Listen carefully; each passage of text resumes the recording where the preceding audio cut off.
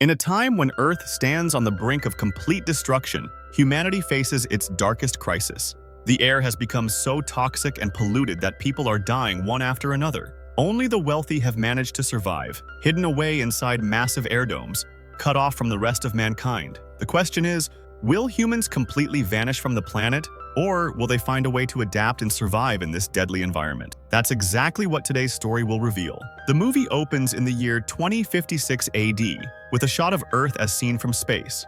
We see that the planet's atmosphere has become heavily poisoned, almost beyond repair. Floating in space, a pod approaches a massive research spaceship called Rubicon. This pod was sent by a powerful company named Nebra Corporation, and inside are two travelers, Hannah and Gavin. Their mission is to reach Rubicon, where scientists are conducting crucial experiments to try and restore Earth's dying environment. During the journey, Gavin grows increasingly nervous, his fear almost overwhelming him. Hannah tries to calm him down, urging him to stay focused.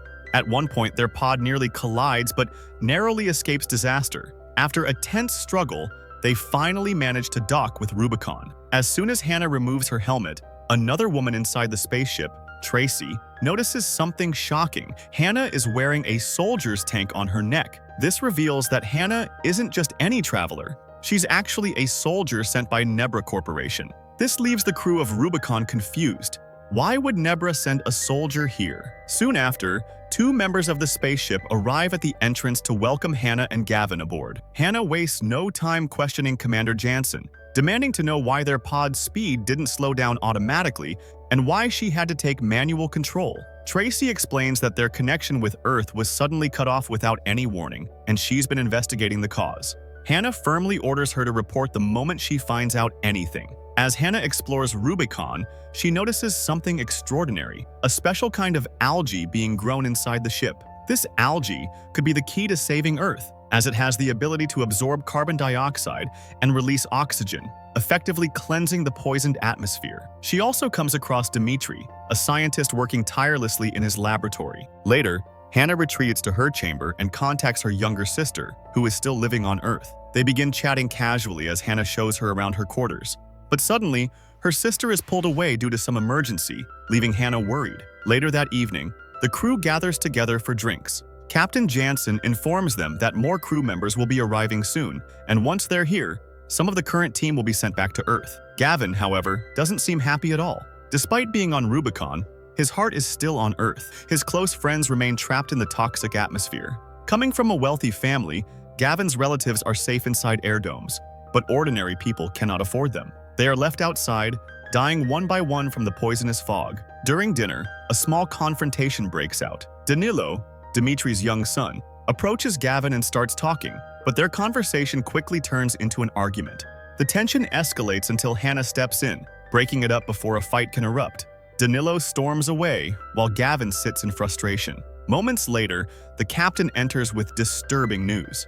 He explains that a massive accumulation of poisonous fog has built up in the northern hemisphere, forcing them to change their flight route. He also reveals the tragic reality that countless people on Earth have already died because of this toxic cloud. Hearing this, Gavin grows visibly distressed, terrified of losing his friends back on Earth. Overwhelmed, he leaves the room and isolates himself. Hannah follows him, finding him desperately searching for data on the poisonous fog through his computer, but no matter how hard he tries, he can't find the answers he's looking for. Gavin became deeply depressed after hearing all this, but Hannah comforted him, assuring that nothing would happen to his friends on Earth. The very next day, everyone was preparing to take the algae down to Earth, putting on their spacesuits. Just then, Hannah also arrived and informed them, "As soon as the signal from Earth comes, you all will be launched in the pod." She was still speaking when suddenly the signal from Earth actually arrived. Everyone quickly started moving toward the pod. Before they left, Dmitri stopped his son Danilo, hugged him goodbye, and told him to take care of himself on Earth. After all the members boarded, the pod detached from Rubicon and launched toward Earth. Later, while sitting in her chamber, Hannah was suddenly contacted by the Nebra Corporation. They strictly ordered her to finish her work as soon as possible and return to Earth. But Hannah told them she still needed more time. The member on the other side pressured her, reminding Hannah of her secret mission. Because Hannah was actually a soldier sent by Nebra, her real assignment was to spy on Dimitri's research.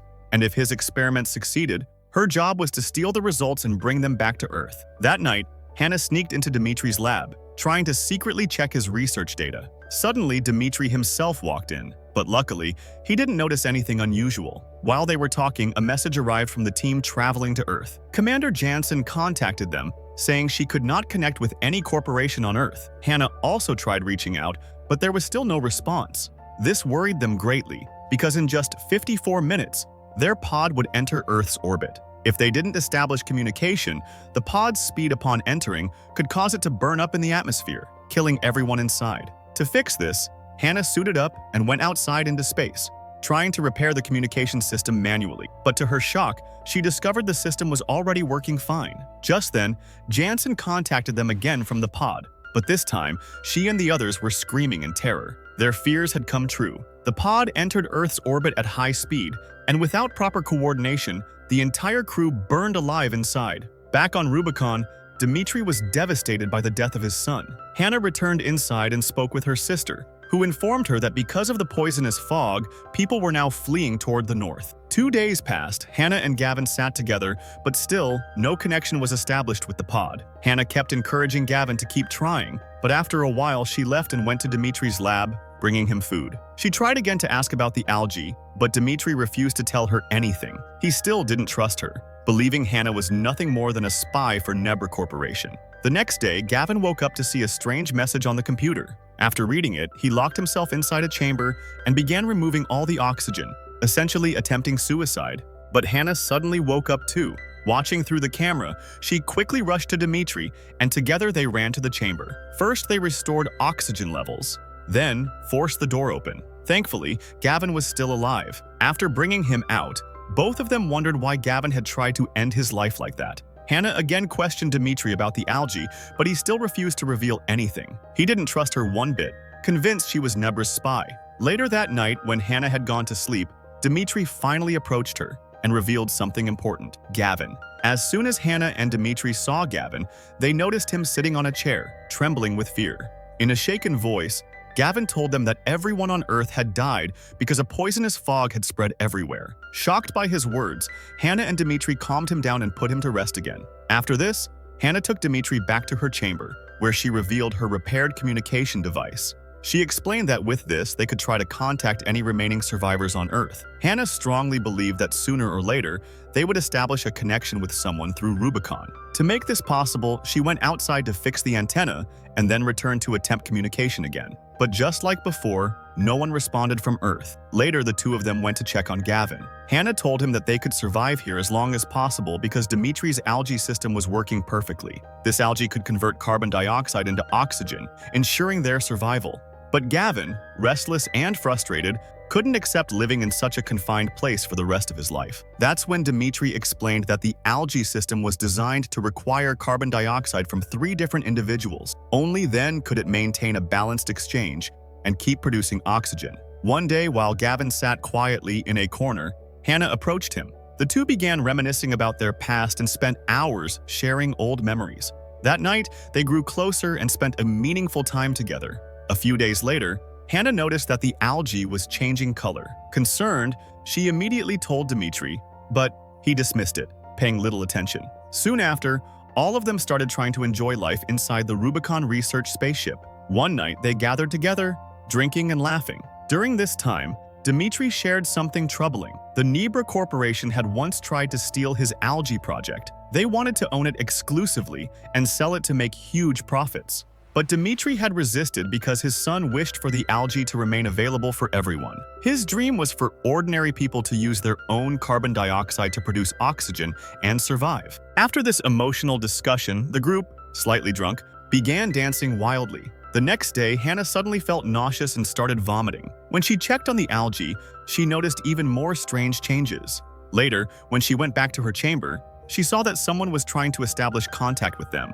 Excited, she woke up Gavin and Dmitri and revealed that there were still survivors alive on Earth. All 3 worked together to communicate, and soon they discovered that the survivors were hiding in a bunker beneath the Nebra Corporation's facility. Hannah told them that about 300 people were still alive, but their oxygen supply would only last a few more days.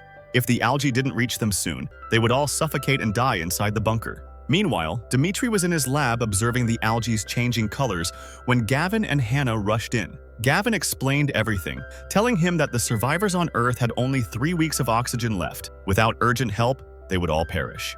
Gavin and Hannah wanted to go down to Earth themselves, but Dmitri strongly opposed the idea. He reminded them that they had no navigation system, which made the journey extremely dangerous. This sparked a heated argument, after which Gavin stormed out angrily. Hannah tried to follow him, but suddenly, her health worsened and she collapsed. Dmitri quickly ran to help her, seating her down and taking a blood sample. Even in her weak state, Hannah pleaded with him, saying they needed to save those people. But Dmitri still refused. His reasoning was that the survivors hiding in the bunker were all wealthy individuals who had never cared about them in the past. In his mind, risking everything for them wasn't worth it. Frustrated and heartbroken, Hannah left and went back to her chamber. There, she played her sister Caro's last recorded video, desperately trying to trace her location. The recording showed Caro's final known position, 5 kilometers away from the Nebra Corporation. Hannah strongly believed her sister might be in that same bunker with the survivors. The next morning, Hannah and Gavin prepared themselves for the dangerous journey down to Earth. Before leaving, Hannah once again turned to Dmitri, asking him to come with them. At that moment, Dmitri revealed something shocking. Hannah was pregnant, but she refused to believe it, insisting that soldiers of the Nebra Corporation were genetically modified and could never conceive. However, due to certain hormonal changes after arriving here, Hannah had indeed become pregnant. Hearing this, Gavin also refused to go down to Earth. If they attempted the mission, it wouldn't just endanger their lives, but also the life of Hannah's unborn child. Moreover, the algae system they were relying on operated through human urine. Since Hannah's urine had changed due to pregnancy, the algae was reacting abnormally and turning a strange color. Essentially, the algae was now sick, but exposure to the urine of other humans could restore it to health. The next day, Dmitri finally gave them permission to attempt the journey. Together, they filled a pod with enough algae to sustain the 300 survivors trapped on Earth. But once inside the pod, they discovered a critical malfunction. The cooling system had failed. Realizing the danger, they quickly evacuated. Moments later, the pod was jettisoned into space and exploded. Their last hope of reaching Earth was gone. Gavin was devastated. It was then revealed that the sabotage wasn't caused by an accident. It was Dmitri's doing all along. He had deliberately disabled the system, fearing the risk of losing them in space. Later, Hannah confessed her own secret. She revealed that she had originally come to Rubikon on a classified mission for Nebra Corporation, to steal the algae and bring it back to Earth. In fact, another spacecraft had been hidden on board for that very purpose. This meant there was still one final chance of reaching Earth. At the same time, Hannah confronted Dmitri about the failed pod launch and realized he was responsible. Dmitri admitted it openly. He said he feared they would meet the same fate as Danilo, who had died in transit. He then shared another dark truth. Nebra Corporation had known for a long time that Earth's destruction was imminent, but chose to keep it a secret for their own selfish gain. Determined, Hannah and Gavin re-established contact with the survivors. Hannah asked about the soldiers, but the woman on the other side revealed that due to limited space in the bunker, no soldiers had been allowed inside. This revelation shocked Hannah. At that moment, she made up her mind. She would not go down to save them. They had abandoned her people, so she felt no reason to risk her life for theirs. When Gavin arrived, Hannah told him of her decision. He tried to persuade her, but she refused. Defeated, Gavin left. Hannah then removed the soldier chip implanted inside her body, symbolically severing her ties with Nebra. Meanwhile, Gavin prepared to leave Rubicon without her. When Hannah realized, she rushed to stop him and saw that the fluid supply feeding the algae was running dangerously low. She found Gavin ready to launch the pod. She begged him to open the hatch, but he ignored her. Just as she turned to leave, he relented and let her inside. Once seated, Hannah fastened her belt. But as Gavin prepared for takeoff, she suddenly rushed to shut the pod down. Gavin tried to stop her, but Hannah, being a trained soldier, overpowered him. She ripped out the pod's system, disabling it permanently. Gavin, furious, stormed away. A short while later, Hannah searched for him but couldn't find him in his quarters. Then, to her horror, she discovered Gavin inside the vacuum chamber, lifeless. Panicked, she quickly filled the chamber with oxygen and rushed in, but it was too late. Gavin was dead. In grief, Hannah and Dmitri released Gavin's body into the vast emptiness of space. Afterward, Hannah told Dmitri that she would somehow repair the systems, because they needed 3 people to sustain the oxygen cycle. Yet now, only 2 remained. Now that only 2 people were left, Dmitri was heartbroken. Gavin had died believing that without him, Hannah and Dmitri would be forced to go down to Earth. But then Dmitri admitted the painful truth. He had lied. There was no such requirement. He only said it to protect them and keep everyone alive. The scene then shifts. We see Hannah, no longer alone. She now has a little daughter, whom she lovingly named Kano, after her sister. The child runs joyfully across the spaceship, filling the once empty vessel with life. One day, Kano picks up a transmission through the radio. On the other side, a woman's voice calls out, urging them to come down to Earth. She insists that many survivors are still alive below, waiting. Little Kano listens intently, her eyes filled with curiosity as she gazes toward the blue planet. For her, Earth is only a word, an idea. She has never seen it, never known what it truly is. And with that, the movie comes to an end. And that's how Hannah's journey took a new turn, no longer as a soldier, but as a mother, raising her daughter Kano in the endless silence of space. But now, with voices from Earth calling them back, a new question rises. Will Hannah risk everything and return to the planet she once left behind? Or will she choose the safety of space for her daughter's future? Only time will tell. So friends, how did you like this movie? Do let me know in the comments. And if you enjoyed the story, don't forget to like, share, and subscribe to the channel. Your support motivates us to bring you more epic recaps like this one. We'll meet again with another thrilling movie breakdown. Till then, keep watching, keep exploring, and stay tuned for the next adventure. Let's hit the milestone of 300 subscribers together. Your one click makes a big difference.